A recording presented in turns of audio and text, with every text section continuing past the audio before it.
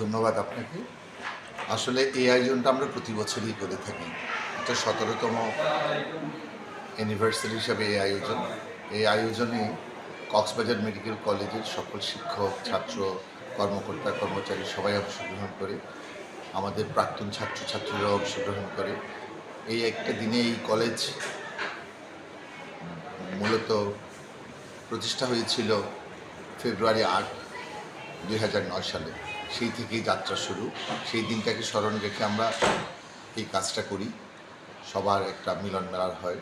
এই মিলন মেলার মাধ্যমে সবাই সবার মধ্যে যে সৌহার্দ্যপূর্ণ সম্পর্ক, সারা বছরের যে কাজের একটা চাপ থেকে বেরিয়ে এসে একটু রিল্যাক্স হওয়া, সবার মধ্যে যে সুপ্ত প্রতিভাগুলি থাকে বিভিন্ন, সেগুলিকে একটু প্রকাশ করা, এই জিনিস ছাড়াও বিভিন্ন শিক্ষা, সংস্কৃতি, খেলাধুলায় আমাদের ছেলেমেয়েরা যে শুধু ডাক্তারি করে তাই নয়, অন্যান্য অঙ্গনেও যে ওরা পারদর্শী তার স্বাক্ষর রাখে।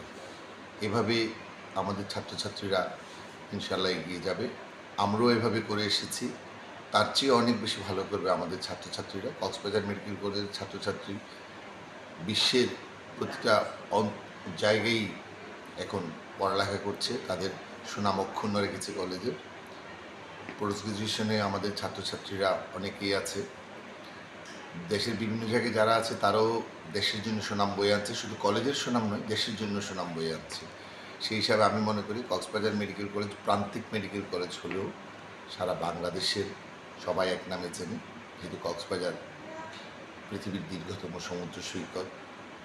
এটার প্রাপ্তি, এটার অর্জন, এটার সব কিছু আমরা কক্সবাজারবাসী হিসাবে এবং কক্সবাজার মেডিকেল কলেজের ডাক্তার হিসাবে আপনাদের সবার কাছে বিলিয়ে দিতে চাই।